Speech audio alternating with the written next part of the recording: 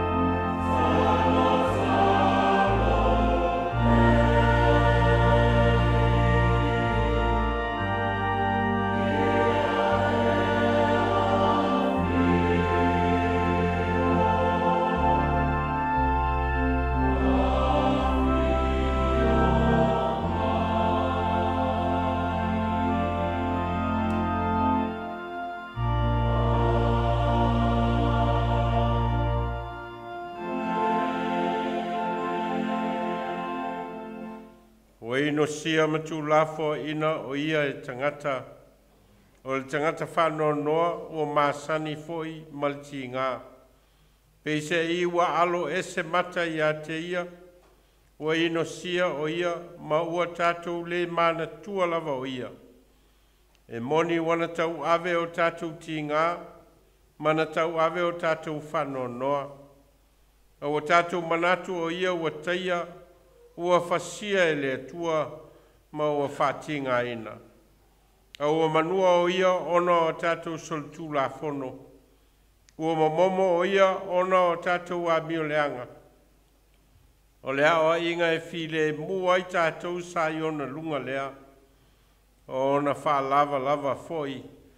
Ua malolo ai tātou. Heo tātou tālo. Mātou uru whale mai I lo malu I le nei e fiafi. A lo mana I ai le aso ua wha manatu I nai e le lorangi Gerisiano lo maliu. Ma le wha tau nu ina e lau e fio o le tongi ola. Ina ua e ofo ina mai lo lava soifua. E whai ma wha manga longa o I mātou o tangatanga sala. A o matou o mai whātasi le nei fiafi le nganga o le vi inga ma le whanetanga.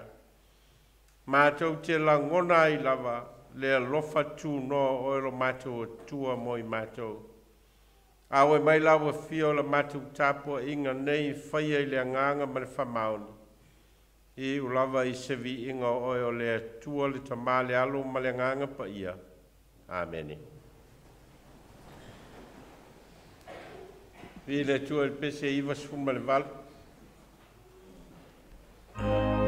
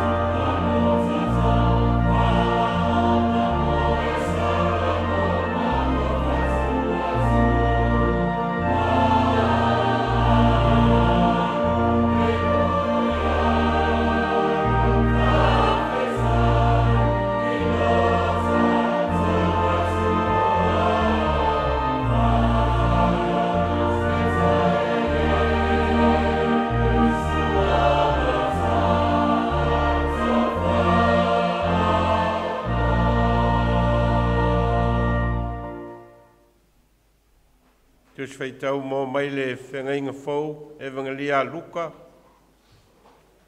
I lona ta upo e lua sifuru maltoro.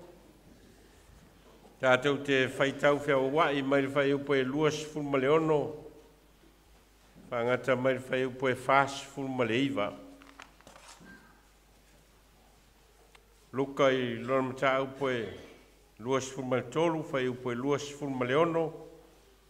Ngata mai le whai upo e wha sifuru maleiva. Tātou te whaitau whia wai ai. O lātou teitai atu i a te ia, o na lātou pue atu lea i a Simona, o le tasi kūrene ua sau mai le vau. O lātou whae i a te ia le sātauro, e wha fuata ai, ma muli muli a Yesu.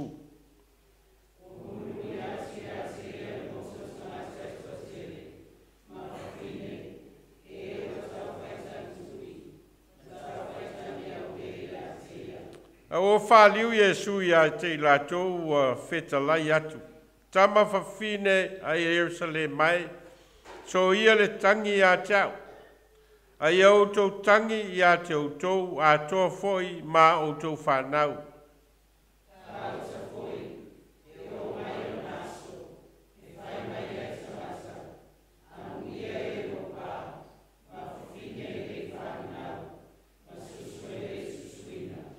O na whai atu leo tangata i maunga, ma fuli mai ia i a te mātou. E whai atu foi mea mau pue pue, i nā uwhi uwhi i fo ia i a te mātou.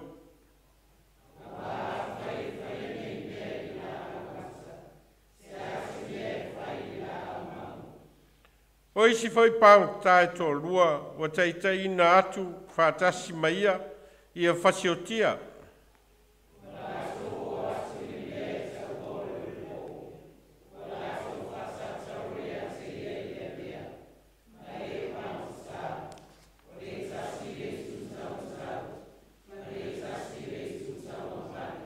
Ona whetalai atu leo Yesu lo tamae.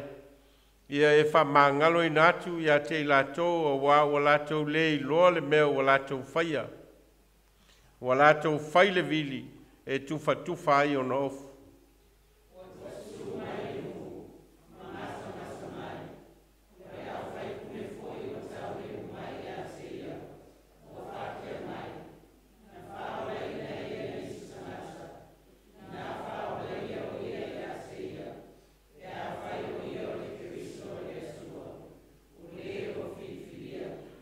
Tau wemo mai fo i a te ia tangata tau, ua ane i a te ia mamatu i ai le vineka.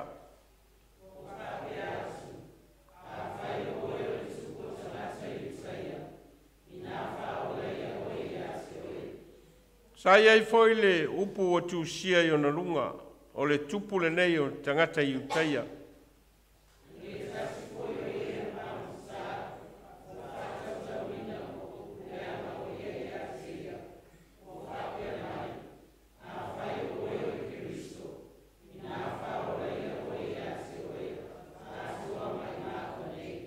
Ua tali atu le tasi ua vavao i a te ia ua whape atu. E te le matau e i le atua ina o tātou sala whātasi.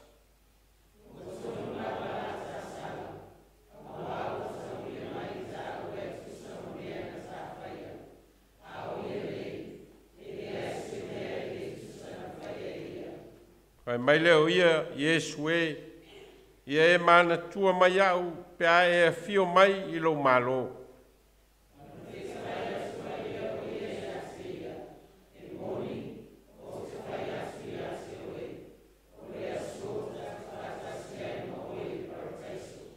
Wo i le tū tonu o le la, o na pōngi sā umai leo le nu. Wo o lava i le tū lai tolu.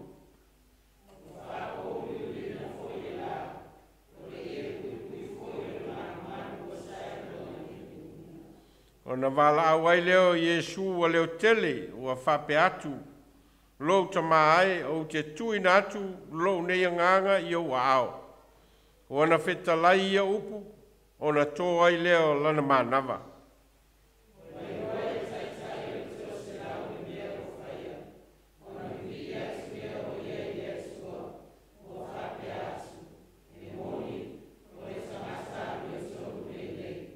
Tangata umau e ua poto mai e mai moa I lea mea, ua vava ai I mea ua whaia, o na pōpō lea o I lātou I o lātou lava whatawhata, ma toi fo I atu.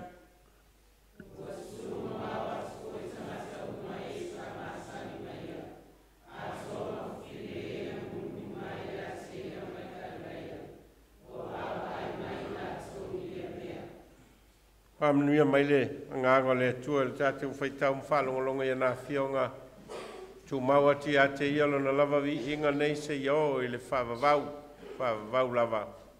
Āmene. Se lausu mai lima le, pese tātou toi vi ai.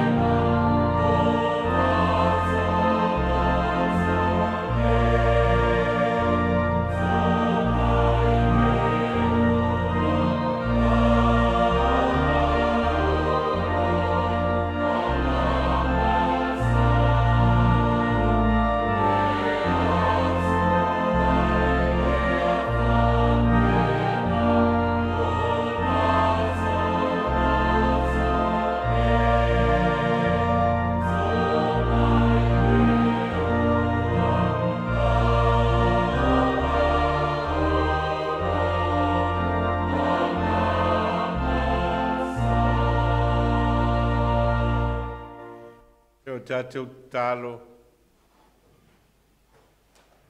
Ma e ulava le mātaungu fio le neia fiafi. E na wa mātou poto whātasi le anganga o le vi inga ma le whanetanga. A le anganga foi o lo mātou foi atu I lau fio ma mātou tō manatu. I le alofa maleanga le leo oelo mātou atua wa e le tu lafo ina I mātou o tangata angasala. A wa e sa ili mai, wa e fio mai, ma wa e mili tino whātasi male larolangi angasala. Ma wa e saunia I lou lava alofa tūnoa, le whaola tanga mo I mātou male larolangi atoa. Ma eu le alofa maleanga le leo o elo mātou o tua. Ma eu foi lou amana ia o I mātou. A wāua e le tu lafo ina le tangata ina ia pa ui le angasala. A wa e saunia I lou lava alofa tūnoa. le whao la tanga e ala I lo lava lo pele o Iesu Keriso. No leo mātou o mai ai le nei fiafi. Mātou te whanono manu I lau fio. Mātou te sā ili atu au whamanuianga o le aso maliu. Mātou sā ili atu whamanuianga o le tōngiola. O a sau nia e oe lo mātou atua e ala I lo lavalo pele. Ina ia vea o mātou wola o ni ola ua whapa ia ina. Ma ua e whao ngā ina I mātou o ni mea whai ngā luenga. Mani tangata e au auna matau tua I a te o e whailo whina ngalo. Mātou whaftai o no tiu te mawhaiva ma le ola ngā lulue o tangata. Le nei vai aso ma o na whamoe moenga, ma le nei vai aso pa ia. A o mātou maua wanoe ngā lulue matau tua, ma o foi na atu o mātou ola I la ua fio, o no tiu te mawhaiva mata leni o e au mai moi mātou. Mātou whaftai mō mātou a inga, mātou whaftai mō mātou whanau, mātou whaftai ono le nei e kalesia ma le au lotu. O a vea mano fuanga o lo mātou o mai whatasi. I lo mātou whatua tuanga I a te oe malo alofa tūnoa. Mātou te o foina la mātou whaftai ma le vi inga e ala I le ola tau tua ma le ola whao ngā ina I mātou mō oe malo whina ngalo. O a vea ai le nei au lotu ma le nei e kalesia. Whātino ai lo mātou ola ngā lulue. Tāwhtai ona o me alofa ese ua e fo ina moi mātou o le poto ma le atamai. Tāwhtai ona o le nei atunu o mātou no nofo ai ma ua vai tama ina o mātou ola. Tāwhtai ona o ala o whamanuianga o mātou maua. O le ngata o ngā luenga o mātou ngā lulue ai. O a onga o wha onga ina ai a mātou whanau. A o le toa file mua le nei atunu o mātou no nofo ai. Wha whetaita mai lo alofa ma lo wanga le lei moi mātou. A whtai ona o lau wha soa mea o mātou sa ili, ma maua, ma tango lima, ma whao ngā. A tia e ai o mātou wainga, a tia e ai o mātou whanau, a tia e ai lau tala le lei ma lau e kalesia. Mātou whaftai ona o fionga. Mātou te whaitau, ma whaalongo. E na ia vea I pēa o se tai ala moi mātou. Whai ei au a whionga e whai masulu o mātou vai. Ma le malama lama I o mātou ala. Ka whtai o no loa nganga pa ia e tauto lua ina I mātou.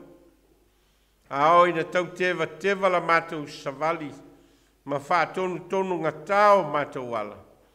E tai mai mātou e loa nganga pa ia I le moa le ala. E na ia mātou loalo whina ma mātou sava vali ai.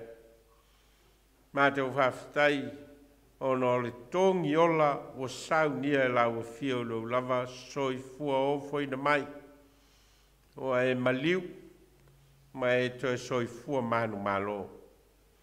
O e fio ai le lang, ma o e fautua ina.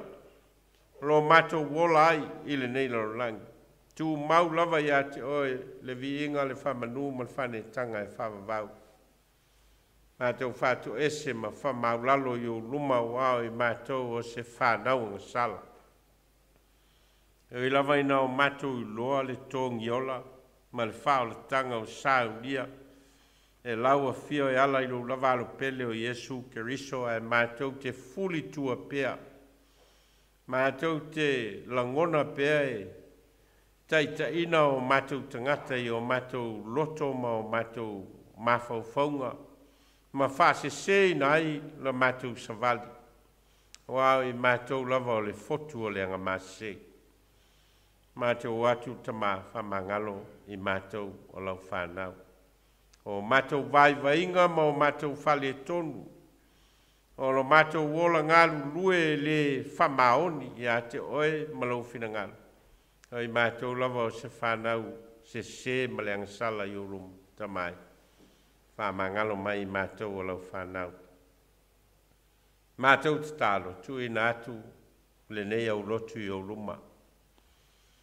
Ala e se o lo mātou wola ngā lulue ma le ola tau tua. O i tu tino e se o lau fe au ma lau ngā luenga o mātou ngā lulue ai ma ofo i nā tuai o mātou wola, mātou te talo. Ia e whamanuia ina lau fe au ma lau ngā luenga. Mātou maua le ola fe alo fani ma le ola fe tausia. Mātou maua le ola ngā lulue whātasi.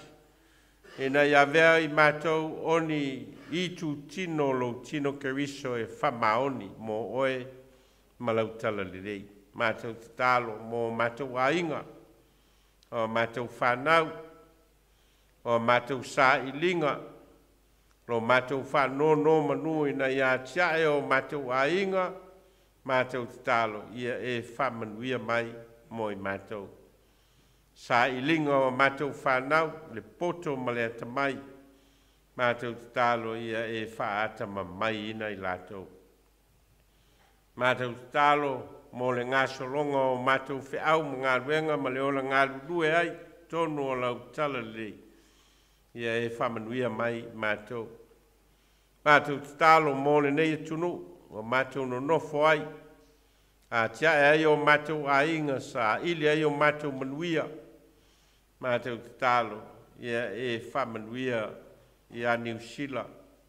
Whamanuia na whainga upu whai, whamanuia o na matanga luenga ese ngā lulue, mō le leilau tele o tangata. Mātou te talo mō sa mōlo mātou atunu.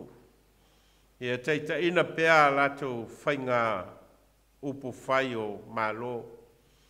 Mai se o tonu o nuu mala la whanga, ma lau e kalesia, mātou te talo ia e whamanuia. Mātou mana tua le lalolangi, vevesi ma le lalolangi o lo whengai ma, taua ma whewaiwaya inga. Mātou tuatu e o loma ina ia iailo file mu, teita ina ai mawhau whaunga, ma taritonunga o e o lo teita ia malo, e na maua le nofo le lei ma le nofo whealo whani o tangata. Mātou talo mo le nei fiafi staimi mātou whalongolongo i lo whetalai mai. Ia ta tala la mātou whalongo mātou te langona i na ai lofina ngalo mo i mātou. O mātou talo i ala ia Jesu Keriso le li mal whaola o le wao i mātou i talo. Lo mātou tamai o le langi. Ia lo suafa. Ia o mailo malo. Ia whaia lo fina ngalo i le lalo langi e pei o na whaia i le langi. Ia e fo ai mai a te mātou le aso nei a mātou mea ai e te tau ma le aso. Ma ngalo i a te mātou i a mātou ang sala. Pei o i mātou foi o no mātou wha ma ngalo i natu. I e waanga le anga mai i a te mātou. Au a foi e teita ina i mātou i whao so songa. La vea i ai mātou ai le leanga. Ka wae o le malo ma le mana. A toa ma le vi ingai. Fava vaulam. Amen. Se lau fits fu maleiva le. Pese tātou te pese ai.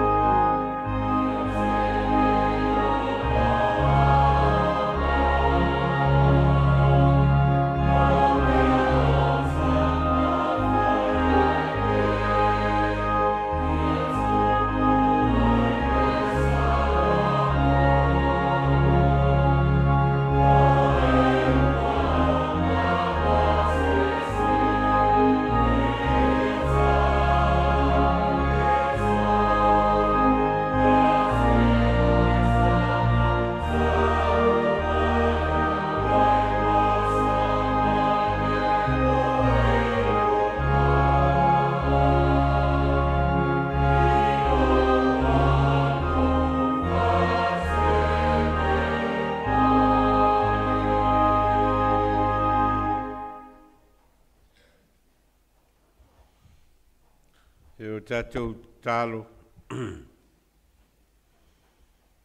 Ia malia upolo ngutu ma mawhauwhaunga o mātou loto I lau whawhauwhaunga lo mātou atua o lo mātou papa malena te tongi ola ina I mātou. Amene. Oon matua e teitai nai tātou mo sea o onga mo le nei foi aso maliu nei tau sanga lua fe lua sifuma le lima. O mau mai le tusi sa faitauina o le vangalia luka I lo mta upo lua sifutolu. A le fai upo e fas fuma le ono. O na vala awai leo Yesu o leo tele. Lo tamae o te tuina atu lo nei anganga I o ao. Ona feta lai ia upu, ona toa I lea o lana manava. O le manatu au tu o le tus faitau lea, o le tus faitau lea mo le asa tae au, o lo fa upu ina, fa sa tauro ina o Keriso. Fa sa tauro ina o Keriso. O le vaiaso nei le ta ua o le vaiaso pa ia e pe ona whamatala ina fo I launga talwai le sa. Ne a mata mai le ulu fale atu o Yesu I tono o Yerusalema I lana malanga whātupu. Ia so atu ai ma lona whalata ina. So atu ai ma lona whamasino ina. Ia mangai atu ai na whaasala ina o ia ina ua umal whamasinonga le malo Roma. Ia maua ala langa tangata ia whaasataro ia. Ia whaasataro ia te ia. Ma le lana ave ai whaasataro I lunga I Kolkota. Vai aso atoa le neo mea nā o lo tutupu ai. Ia le nei fiafi o tātou o mai e whaile tātou tāpua inga mō le aso maliu o lo whamanatu ina I le lo langkerisiano I le aso atai au. Mau se vai aso tā ua la le vai aso nei I le lo langi kerisiano ma tangata whātua tua uma. Ona o le o ngā tutonunga le mū lea o le whatua tuanga whakerisiano. O le maliu o Yesu Keriso. Malona toe soi fua manu malo mai le oti ma le tunga mau. Me ia o leo lo tutupu I tutono le whaiaso le nei. O le aso atai au lo nā aso maliu. O le sa o whamanatu ina o le toe tū. Launga le sataluai sa a ngai ai le launga I popo ngā o Yesu Keriso lona whaasala ina malona sasa ina. Ia, tāsia na iei nisi o tau na mōle awa noa e mata I le ata le sa o tā ua I le sataluai. Le ata le tā ua o le Passion of the Christ. E vava ai I le tuainga popo ngā, ma tuainga manuanga sa mawhai o na whaatino ina fita o le malo Roma e whaao ai le sala I a Yesu. E ula vai le isan tula sona solinga tula fono, pe o na mori mauina I le iunga o le whamasinonga sa whaia I le malo Roma. Ai ono o le mata ita o tangata I utaia o lea na iuai e na whaasātauro ina o ia.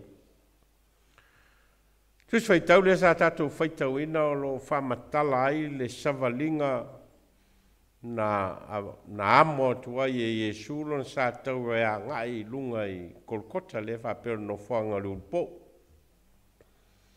Mai o le savalinga la lea leo lo whamatala e luka le latu o le savalinga lea ma le a ngai atu I lunga I Kolkota ia ma le whaatino ina o le whaasātauro ina o Yesu whaatasi ma ma pangota e to lua e tofu ia lona i tū ma le pangota. Ma mea na tupu ai te tonu o le taimi lea, o le savalinga ngā i lunga, e o le whātangisi o te ngata sa whātangisi ai o lo whamatala e luka ia le mea atoa le ase ia o lava i le taimi o a whaasātauro i nā Iesu.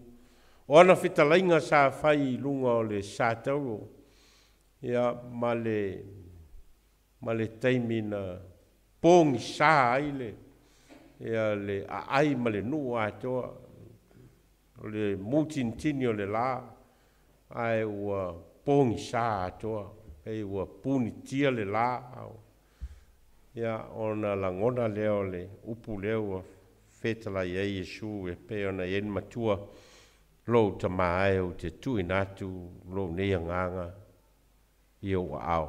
Mai moli mau a luka wana whetala ia upu ona toa ai lea o lana manama. Lua vaenga o le la unga e fia whaasoa nei fiafi mo le nei tausanga tu sa maltatu lotu wha lea so maliu mua. Te o tātou wawa ai i wainga ese o lo wha matala ina e luka ma mea na tutupu ai i wainga ia. A tau no e whaiona mau ai ia onga mo tātou fitu la ia wainga e leni wainga wainga pu. E tātou te iloa ai le mea na tupu ma le anga i atu o le savalinga le tau i lunga i le mea sa whaasa tauro i nai. Wainga mō muala na launga lo anga i wainga i e pe on tau whaia luka e whamatala mai mo i tātou. Wainga lona lua o le launga. Tātou te whalongo ai wheta lainga a Iesu na whai mai lunga o le sa tauro. Tusa ma suenga le au popoto le tuspa ia e fitu feta lainga i Iesu na whai mai lunga o le sa tauro. Tono le awa noa nei e mwhai ai on tātou wawa ai feta lainga uma ia e fitu. Ia ma tātou malama lama ai. Po le a tonu lava le mea nei le fina ngalo i Iesu le teimina ia whai ai feta lainga ia e fitu mai lunga o le sātauro. Le la tātou wā ngā ia tui wainga ese o lo whamatala i luka. Mai le wainga mua. O le whamalo sia mai e fita Roma. O le tangata i ngoa i a Simona le Kurene. E na te whaaua wina le amo ina o le sātauro Iesu. A ngā ia tui lunga i Kolkota. O lo manino le leile, le whamatala ina e luka o le vaenga lea, le whapel wha upu ngā luka. O na lato pue atu le i a Simona, o le tasi Kurene mai le vau. O lato whae i a te ia, i le sātau e whafuata ai, ma muli i a Iesu. Wha upu ngā lea luka, o lo au mai ai le vaenga le tangata le ngoi a Simona le Kurene. O le Simona Kurene o le tangata e swafa i a Simona mai o lona nua e ta ua Kurene. Ia laua o te iaua ua ofi mai a le tala lea i a Simona Kurene i te tonu o le savalinga lea e oa i lunga i Kolkota i me whaasātauro ai Iesu ma pangota. Ai au mai ai ma le tala lea le tangata lea o Simona le Kurene. O le whesi Nā mea o lo ni mawhau o luka nā lai o na ia whamatala ina ia le tangata le ingoa ia Simona Kurene. Mani mawhau o nisangata o Simona Kurene ngā ala o na au mai whamalosi e fita e na te whaaua wina le amo ina o le sātauro a Iesu a ngā i lunga i Kolkota. Ona o le teltonunga e le te tau o na oti a le pāngata i lunga le ala, e tau o na oti i lunga sa tau o le teltonunga lea o whaasalanga whal malo Roma. E tau lava o na au i lunga i a maliu le pāngata i lunga e le maliu atu i le ala. Mai ono le vai o Iesu i ona manuanga i le teimi na whaasala i nai, ma sasa i nai o ia e fita. Ua tau le ma whai o na amo ina le ma mafa o le sātauro. A silo i niata i le whaamatala ina e tangata o ata o le whaasātauro ina o Iesu, ma le whaasala ina o Iesu, ma le amo ina o sātauro e mauti noa lava e le aise ata a mea o amo sao le sātauro o lo au mai le ata lea e sii ma pau, sii ma palasi. Mai lea wala atoa, mai faulinga mai o le melea na alaio na au mai tangata le noa ia Simona le Kureni. E foi nisi na manatu. O le whaofi ina e luka o le tala le ia Simona le Kureni. O le tau wha matala ina lea o le tiute o le kalesia ma le tangata tanakta kerisiano. O le tiute, o le amo sa tauro whaatasi ma Iesu. O le tiute leo le tangata muli a Iesu, e amo sa tauro whaatasi ma Iesu. I le whainga o le ata lea sa uta ua e tau o le Passion of the Christ. O lo au mai ei le ata o lo whaati e tie ia le sa tauro i lunga o le papatua o Simona le Kureni. A o lo a vatu whaatasi e ma Iesu i le e whaapipi atu i le whatawhata o Simona le Kureni. O le waai lea a le whaiata ti whanga lea i le mea tupu. A lo whai mai a luka. O lea ua whaafuata le le sātau i ona muli lea o Simona le Kureni. I a Iesu, o lo mua Iesu. Lea lai au mai ele mawhauwhaunga lea. O le e kalesia ma le tangata whaatuatua i lea tua. E amo whaatasi, e amo sa tauro whaatasi ma Iesu. Vai ngalona lua o lo whamtala ina i luka o le solo lea. O laina iei mtangata na muli ati a Iesu a tau whai whetangisi. Ma lo wha matala ina i luka whai mai o tau whai tangi tui. Ma muli atu i a Iesu. Ai e fōlinga mai o le tali a Iesu i tangata ia le whetangisi. Ma muli atu i a Iesu e whapere whainga o le whamatalanga a Iesu i tangata ia. Tama whawhine a Jerusalem mai. So ia le tangi a te au. Ai au tau tangi i a te outou ma outou whanau. E o mai o naso e whai mai e tangata amu ia e ua pā. Ma whawhine le i whananau. Ma susu e le i susuina. O na whai mai leo tangata i maunga. Ma fuli maia ia e mātou. E whai atu foi i mea mabuepue. I nā ufi ia i a te mātou. Ole. Whtarenga lea Iesu le whai tangata nei e muli mai. Ma whtangisi. Manatu tangata o le tali lea Iesu o lo ave i tangata nei o lo whtangisi. O tangata lava ia lea sa ala langa i na ua fale mai Iesu i Jerusalem o lo te tiele ia sini lana malanga whaatupo. Tangata ia sa ala langa o sana i mea upito lunga. Ai o tangata fo ia lea sa to e ala langa i le taimi o le whamasinonga i nā whaasātauro ia, Au tangata fo ia lea fo ua toi whtangisi ina ua wawa ai. Mai olo au mai e luka sea nganga o tangata tātou o tangata e whemoumo wai. E leni tangata e tū mau i se mea tasi o tātou mawhauwhaunga ma o tātou loto. Whemoumo wai. Mai o le whitalenga la lea Iesu lena ave i tangata ia tama whawhine Jerusalem mai so ia le tangi a te au. ai au tau tangi a te utou ma au tau whanau. E o mai o naso e whai mai ei tangata, amu ia e ua pā, ma whawhine lei whananau, ma susu e lei susu ina. O na whai mai leo tangata i maunga, ma fuli maia ia e mātou. E whai atu fo i mea mau poe poe, e nā au fiu fia ia te mātou. Ole fo ringa ole, o se whaasalanga, ole a o ia Jerusalema, ono lo lato le talia ina o le fio mai o le alo o le atua, ma mo moli mai le tala le lei o le wha o le tanga mo i lato.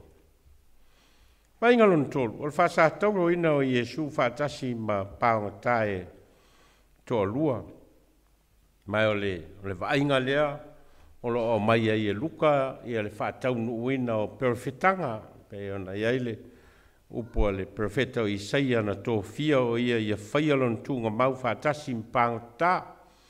Ma o lea lae fōringa mai o lea ua whamatala e luka ia le tala lea i le wha sa tauro ina o Iesu whātasi ma pango tā. Ma o loa o mai ai e luka sea nganga. E o lava i taimi o pōpua ngā o le li. O lo mili tino pea whaatasi ma le lalo langi anga sala. O lo whai pea lana ngā luenga whaola mo tangata anga sala. O na wha lava lava ua au mai ele malo longa mo tangata anga sala. Ai fo ringa mai le loto lotoi leo le whainga o le wha sa tauro ina leo Iesu whaatasi mpango ta. Lo mai ai le nganga lea. E le tu lafo ina lava i tātou. Po apo po ngā, po afo i ti ngā, e le mawhai o na avesea i tātou, e le atua i lona alofa tu noa. Wainga lona whao le awa noa pango tae sui ai o lao langa i lunga o le sātou. Lua pango tā, tofu male tū, ia mauro tau mwhai luka au mai la ia whamatalanga o pango tā ia tō lua. Au ai le tutusa ia tali mai a pango tā ia Iesu i lungo sātau, ma le mea na tupu i lungo sātau. Le lau o maua le awanoa o pango tā ia. Whai ai ni a la whiwhiringa po le alme tau no, ia i o lao langa a ngā ia tu le lumana. Po fea lava le mea o lo tātia ai lumanai, o le mea le whai e tangata ia lana whaiunga iai. Ma o le awa noa lea ua maua e pāngtāngi e tō lua e whai e la whiwhiringa. Le awa noa ua whasātou o whātasi ai mai Iesu e le isan sala. Sila foi lai le whainga o whamatalanga tō lua lea, ngā ia Iesu ma. Ia o lea na whai ai e lesi pāngtāla na whamatalanga ia Iesu e nei a mana tua mai ia i pe ao o mai ia Iesu i lona malo. A lesi pāngsa, ia e o lava i lunga sa tau e le mwhai ana suia lona mawhauwhau. O lo tu mau pero na mawhauwhau i le ola tuai. E le mawhai ona li liu ina. E o lava i lona wha sātau roina wha tasi. Ma le alo le tua. E leo le ava noa lea na maua il pāngtālea. To e whai eisa suinga o lona o langa. O le tala o lo tau mwhai luka e au mai e maua lava le ava noa o tātou uma. I le tua. Por a lava taimi e le a ngai na whainga tā meo le o langa nei. O a foi ni anga sala mani se tātou ki whaia. Maua lava le awa noa o i tātou i le atua. Vainga lona lima o le vainga i le ta tālo whamangalo a Iesu mō tangata na whao o ina le i le whaasalanga i a teia.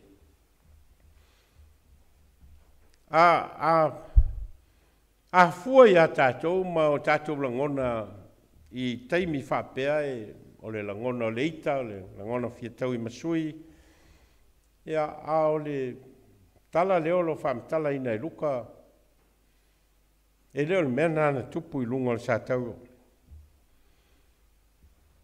O le talo i Iesu lo tamae e whamangalo ati a te lātou wa o lātou le iloa le mea o lātou whai o le te talo o le whamanga longa.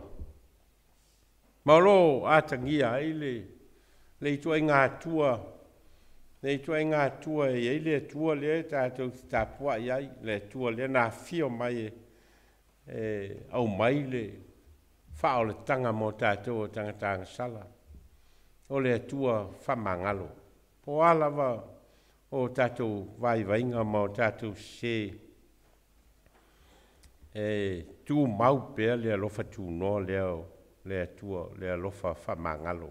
Mao leana whai loa i le te talo i Jesu na whai lunga le sātau. O le vainga i le lona ono le vainga i le pōngi sā. Ro ta ue luka e whapea o matua pōngi sā le ai i le tū tono le la. O le mutintingi o le la e ta tau ona malama lama ai le larolangi atoa. A leo whamatala e luka na matua pōngi sā. Mo i tū la e tolu na mai le o ngā tonu e o atu le tū la e tolu na matua pōngi sā ai. Whai mai o na sae lua ina lea o le ie sa puni ai i te tonu o le malu o le mea e osi e le tāuranga. Ma o lo tau mwhai luka e whamatala mai ia le awa noa o le ua au mai e le atua e.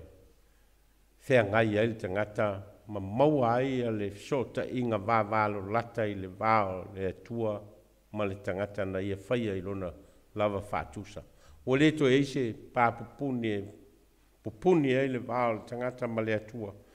A ua sae lua ina ma ua fōringa mai ua te tala mai e le atua le awa noa mo le tangata e ulu whale atua i lona malama lama.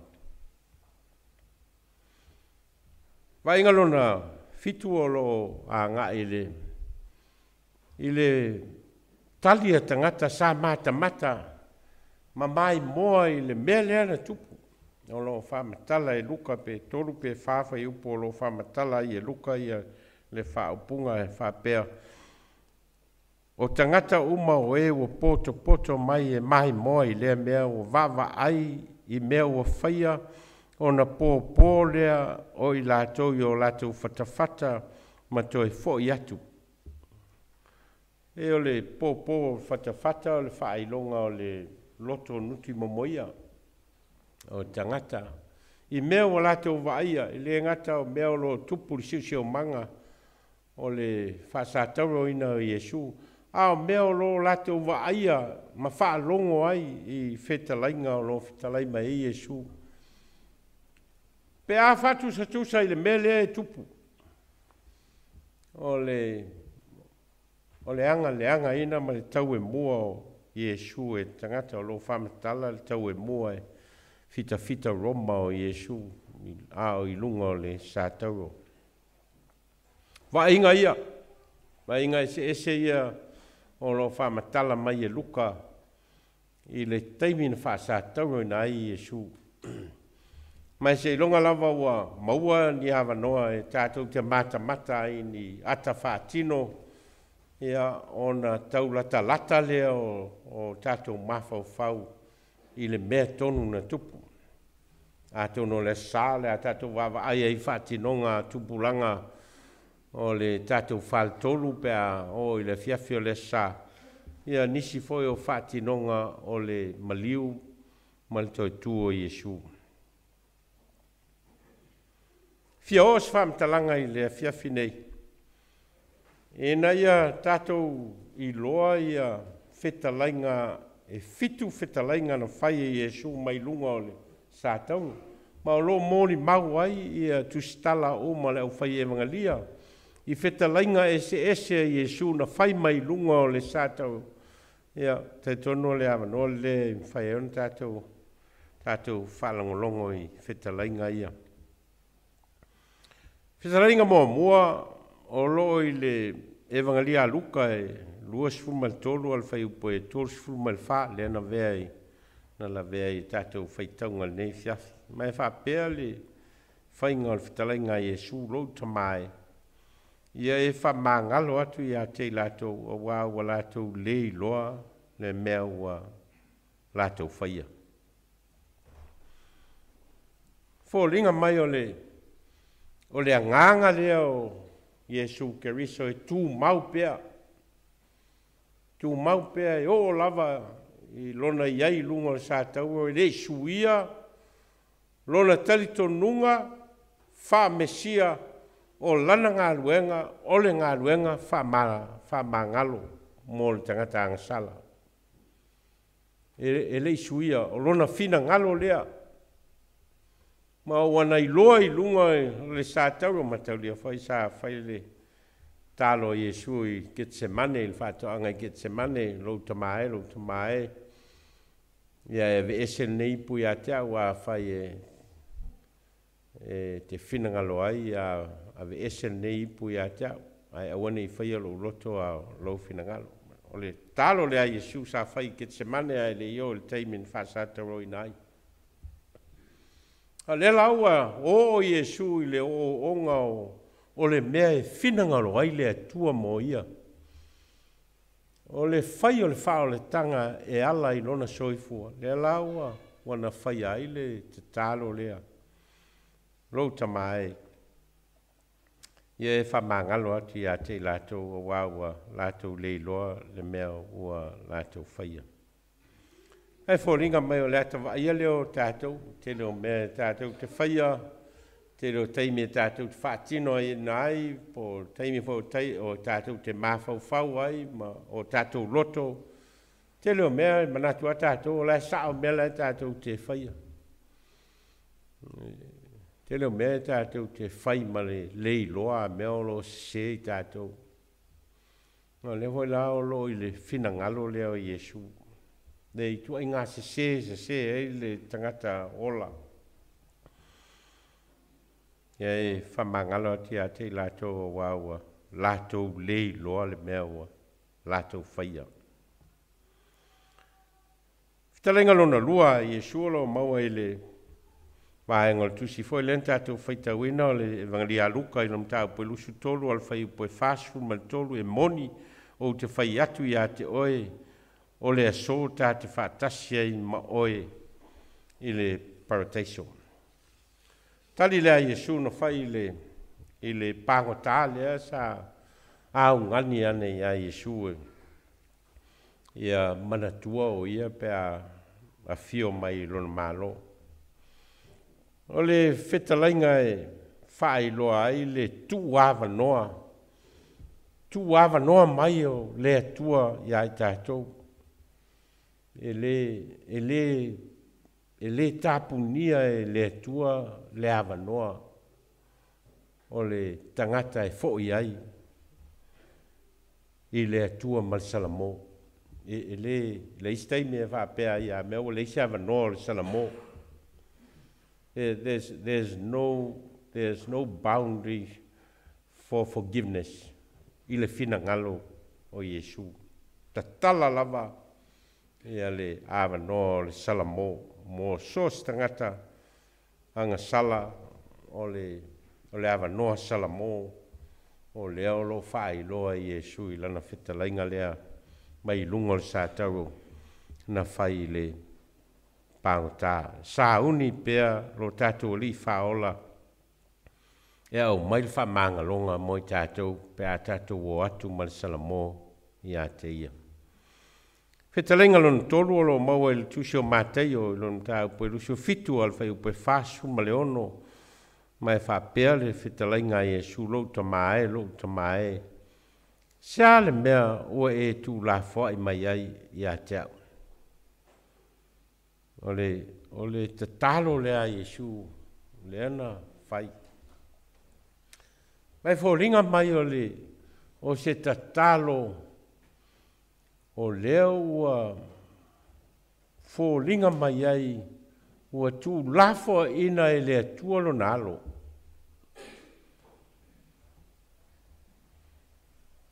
Mai fōringa mai ai o le mea moni lea tupu i lunga o le sātau ua tū lafo ai e lea tua lona lava alo i lunga o le sātau. Mai whapea le talitonu. O le te talo lo au mai ai le whamau nianga o le atua e le fia sila i le angasala. Ona o iai le taltonunga o le taimi nao ai e sui lunga o le sātaro mana tau a vea angasala le lalolangi a toa ua fo linga ai Iesu o se tangata ua angasala. Mau ina lea iai le te talo lea ua langona Iesu o tu lafo ai o ia lon tama. Ona wana tau aveina angasala ale lalolangi. Lea lana na whai ai le te talo lea lou tamae. Lou tamae sea le mea ua tu lafo ai mai ai ea tau. Ho linga mai ua te le fsota inga o Iesu Keriso ma lalolangi angasala ma ua fo linga ai ua leo mawhai ona wa ai le atua i lona lava alo ina wana tau ave ina angasala ale lalolangi. Wa vea le tatou wola angasala ma le wa vea le angasala o le lalolangi ma mea ua fo linga ai ua tu lafo i mai e le atua lona lavalo i lunga o le sātau. Whetalainga lona whā Iesu na whai lunga o le sātau o se mai whauta o lautama, whauta o lou tina. O le whaupunga se mai o lautama, o le whetalainga lea Iesu na whai a Maria e whātatau i le soo alofaina, ma o le soo alofaina o lo whātatau i le soo leo Ioane. A le whaupunga whauta o lou tina, o le whetalainga Iesu o lo whai a Ioane, e whātatau i a Maria. Mai o le sota inga leo o lo whai a Iesu le whetalainga lea i lunga o le sātau o se mai whauta o lautama, whauta o lou tina. Mai fōlinga mai ai o lo whaalia le anganga, le whataua ina i Iesu o le wāwhea ngai o tangata. Le anga le lei, ma le whealo lo whaai o tangata i o lato wāwhea ngai ai. E o lava i le taimi o lo, iai Iesu i lunga o le sātau o, na te amana ia le mea leo le wāwhea ngai, ma le wāwhea loloai, ma le wāwhe tau siai o tangata, le olo whai ai lana talainga lea ia Iosefa o ia Maria lon tina ia mai Ioane le so o lo whaina.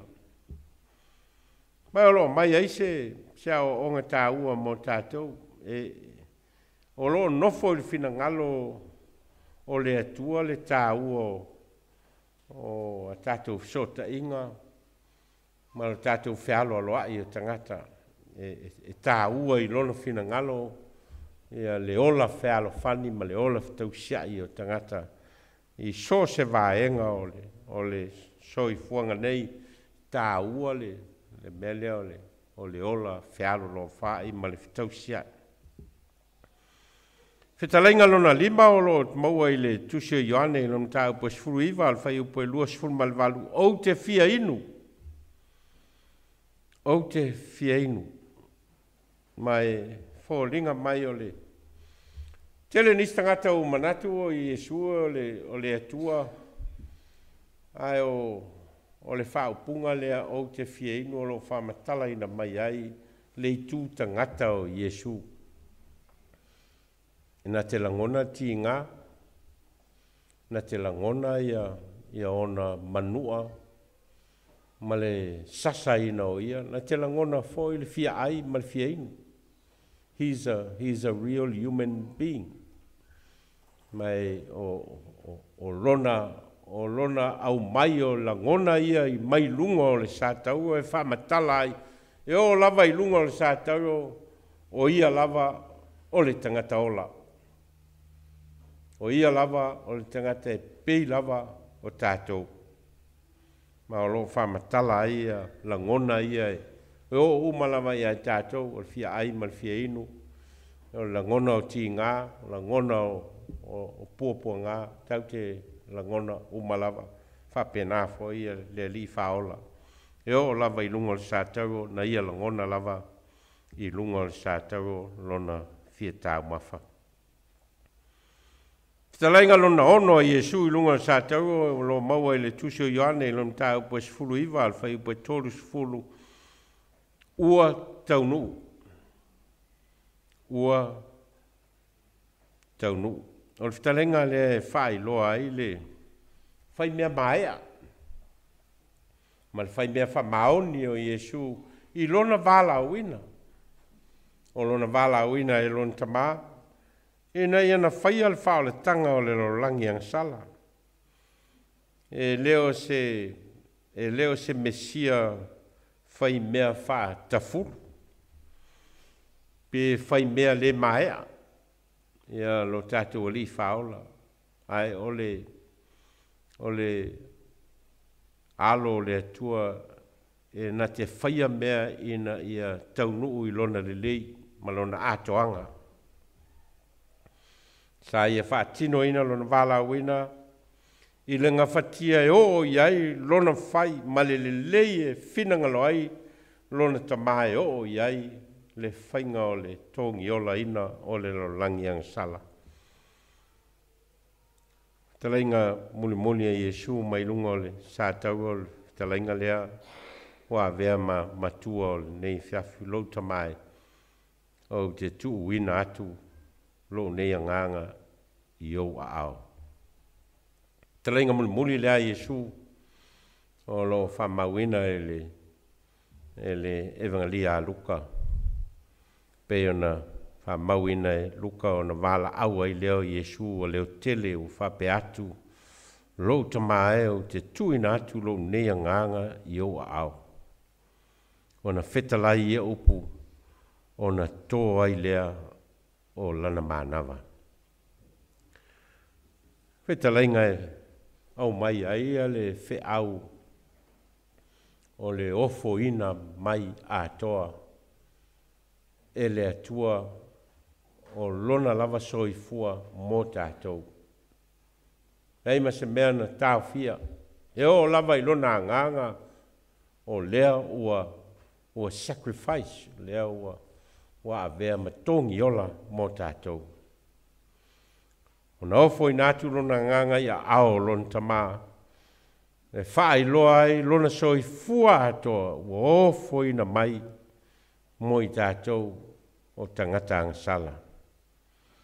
Na ngā luenga o le whao le tanga le atua na whaatino ina le tātou li whaola o Yesu Keriso. O le ngā luenga na whina ngalo le atua. Ina ia toi maua haile le linga I le wā o le tangata ang sala ma le atua na ia whaia I tātou. E leo se ngā luenga me whai o na whai e se tangata le toi whaola ina o ia e ia lava. Se I vanga nā ai le lofa tū noa o le atua. Na ia ofo ina mai ai lona lava alo pele. E na ia whai matauranga e tōngi ola ina ai tātou. Mai le moli maua le apostolo Ioane au aua. Whapea lava o nā lofa mai o le atua.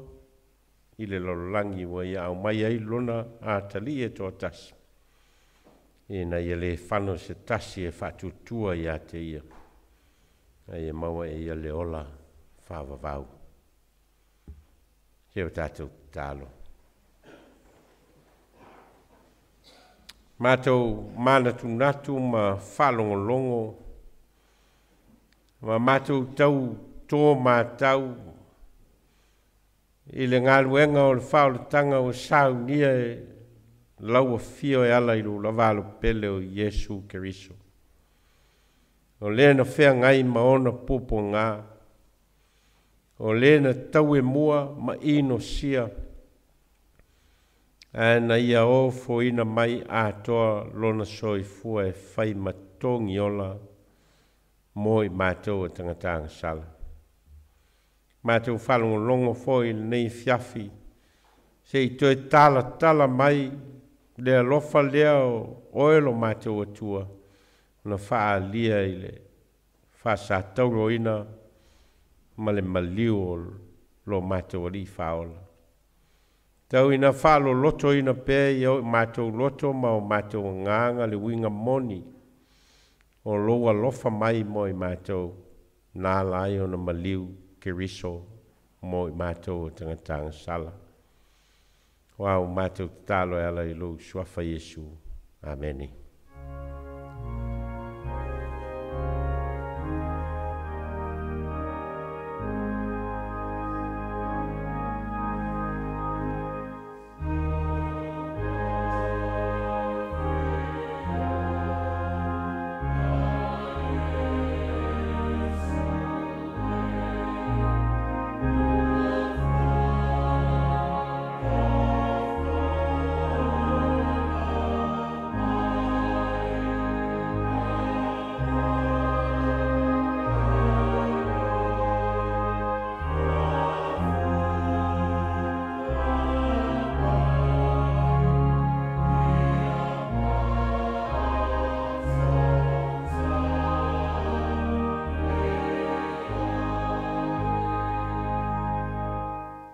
Pese ua saunia tātou te whai uai. Ia, ma whao atu ai foi whamanuianga o le asumaliu. Ia, i lātou o lo tāpua i mai, whātasi mai tātou nei aso.